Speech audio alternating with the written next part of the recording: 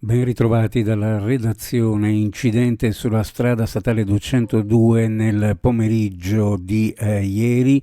Si è trattato di uno schianto tra uno scooter e un furgone. A bordo del mezzo a due ruote un uomo con suo figlio, entrambi feriti e portati all'ospedale.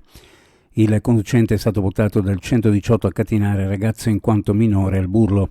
Hanno riportato traumi e fratture importanti, ma non sarebbero in pericolo di vita. La popolazione carceraria al Coroneo è cresciuta di oltre il 25% in 2 anni, non accenna a diminuire nonostante un sovraffollamento superiore al 70%. Questo e altri allarmanti dati sono stati riferiti dalla garante dei detenuti di Trieste, l'avvocato Elisabetta Burla, convocata in consiglio comunale dai consiglieri di opposizione che hanno rivolto all'amministrazione comunale un appello per favorire percorsi di reinserimento degli ex detenuti nella società. La garante ha illustrato la relazione che si riferisce al periodo dal luglio del 2023 a luglio del 2024. Aumenta del 3,8% rispetto al 2023 la spesa sostenuta da una famiglia in Friuli Venezia Giulia per la tariffa dei rifiuti.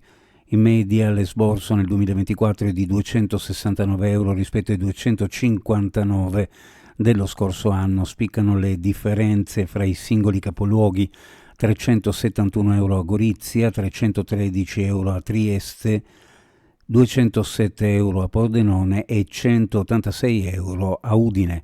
A livello nazionale la spesa si attesta sui 329 euro, con un aumento del 2,6% rispetto all'anno precedente. L'alcolismo giovanile è un fenomeno crescente anche in Friuli Venezia Giulia, ma che tende a passare quasi inosservato. Lo chiamano infatti epidemia silente, ma che in realtà è alla base di numerose problematiche di salute fisica e psicologica, compresa aggressività e violenza, minando anche un corretto sviluppo cognitivo. A sottolinearlo nei giorni scorsi il consigliere della Società Operaia di Mutuo Soccorso di Pordenone Lucilla Moro e il dottor Guido Lucchini, presidente dell'Ordine Provinciale Medici Chirurghi e Odontoiatri. Uno sguardo alle previsioni meteorologiche: in giornata cielo da variabile a nuvoloso, probabilmente anche coperto sulle zone orientali, con possibili foschie. In serata sulle zone orientali probabili piogge sparse, in genere deboli, possibili deboli nevicate sulle Alpi e Prealpi Giulie, oltre i 1000-1200 metri circa.